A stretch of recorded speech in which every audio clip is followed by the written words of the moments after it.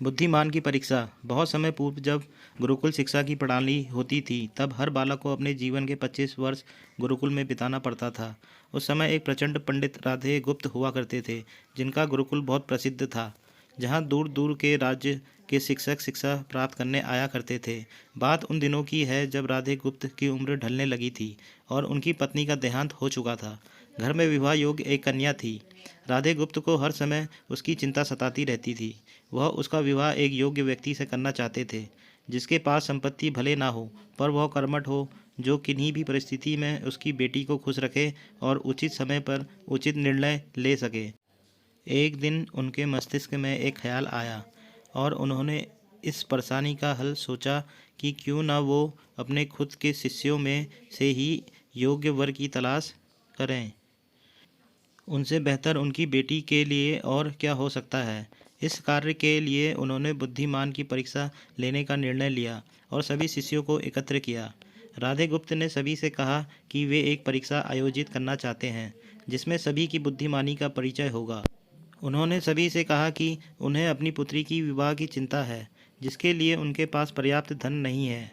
इसलिए वे चाहते हैं कि उनके शिष्य विवाह में लगने वाली सभी सामग्री कैसे भी करके एकत्र करें, भले उसके लिए उन्हें चोरी का रास्ता चुनना पड़े, लेकिन उन्हें चोरी करता कोई भी देख न सके।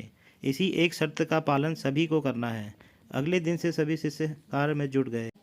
रोजाना कोई ना कोई तरह तरह की वस्तुएं चुरा कर लाता और राधा गुप्त को दे देता।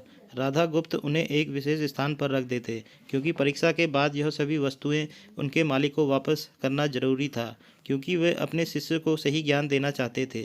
सभी शिष्य अपने अपने दिमाग से कार्य कर रहे थे, लेकिन इनमें से एक चुपचाप गुरुकुल में बैठा हुआ था, जिसका नाम रामास्वामी था। वह राधा गुप्त का सबसे करीबी और होनहार छात्र था। उसे ऐसा बैठे देख राधा गुप्त ने इसका कारण पूछा। तब रामास्वामी ने बताया कि आपने परीक्षा की शर्त के रूप में कहा था कि चोरी करते वक्त इसे कोई ना देख सके। इस प्रकार अगर हम अकेले में भी चोरी करते हैं, तब भी हमारी अंतरात्मा उसे देख रही है। हम खुद से उसे नहीं छिपा सकते। इसका अर्थ यही है कि चोरी करना व्यर्थ है। उसकी यह बात सुन राधा गुप्त के चेहरे पर खुशी छा जाती है। वे उसी वक्त सभी को एकत्र करते हैं और पूछते हैं कि आप सब ने जो चोरी की, क्या उसे किसी ने देखा? सभी कहते हैं नहीं। तब राधा गुप्त कहते हैं कि क्या आप अपने अंतर्मन से भी इस चोरी को छिपा सके? सभी को बात समझ आ जाती है और सबका सिर नीचे झुक जाता है, सिवाय रामास्वामी के।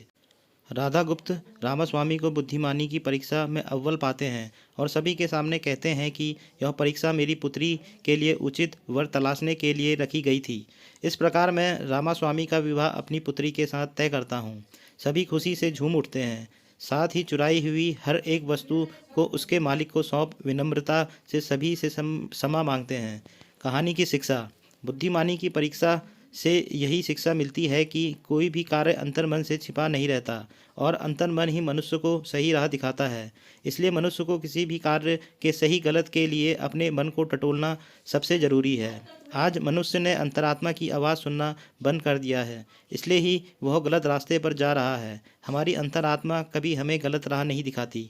यह जरूर है कि मन की आवाज़ हमें वह करने की सलाह देती है जिसे दिमाग कभी स्वीकार नहीं करता, क्योंकि दिमाग सदैव स्वहित के कार्य करता है और मन हमें सही और गलत का परिचय करवाता है। यह सही गलत का परिचय ही हमें सदैव बुराई से दूर रखता है। किसी भी कार्य के पहले हमें मन की आवाज़ जरूर सुनना चाहिए। इस परीक्षा के जरिए राधा गुप्त ने अपनी पुत्री के लिए एक उचित वर भी तलाश लिया और शिष्यों को जीवन का मूल्य ज्ञान दिया। आज के वक्त में कोई भी शिक्षक एवं शिक्षण पद्धति मनुष्य को धन कमाने तक का ही ज्ञान देते हैं। एक बालक का सर्वांगीण विकास कहीं ना कहीं लुप्त हो चुका है। आज का मनुष्य केवल बड़े होकर एक धनवान व्यक्ति बनने का ही ज्ञान विद्यालयों में लेता है। उस बालक को सही गलत का बोध कराने का दायित्व कोई भी नहीं लेता, क्योंकि उनके माता पिता भी आज के दौर में बस पैसा कमाने में लगे रहते हैं और शिक्षक भी केवल किताबी ज्ञान देकर अपने दायित्व से मुंह मोड़ लेता है। ऐसे में यह छोटी छोटी कहानियाँ व्यक्ति को सही गलत सिखाने में अहम भूमिका निभाती हैं, लेकिन आजकल इसके लिए भी वक्त मिलना मुश्किल है। यह एक गंभीर समस्या है, जिसके फलस्वरूप आज के बच्चे आसानी से गलत राह पर चलने लगते हैं और उन्हें इसका भान तब होता है जब वे पूरी तरह ग्रस्त हो जाते हैं। अतः ज़रूरी है कि हम सभी आज की पीढ़ी को ज्ञानवर्धक बातें भी सिखाएं। धन्यवाद दोस्तों।